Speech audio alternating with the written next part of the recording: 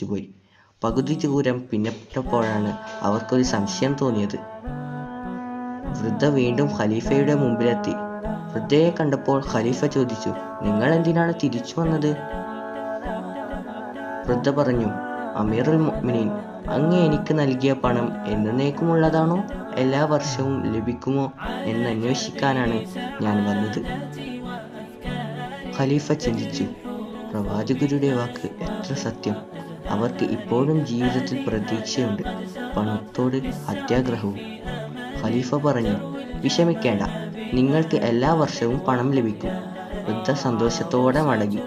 എന്നാൽ വഴിമധ്യേ അവർ മരണപ്പെടുകയും ചെയ്തു. ഇതിൽ നിന്ന് നമുക്ക് മനസ്സിലാക്കാം, നബി സല്ലല്ലാഹു അലൈഹി വസല്ലമയുടെ വാക്കുകൾ എത്ര സത്യസന്ധവും അത്ഭുതകരവുമാണെന്ന്.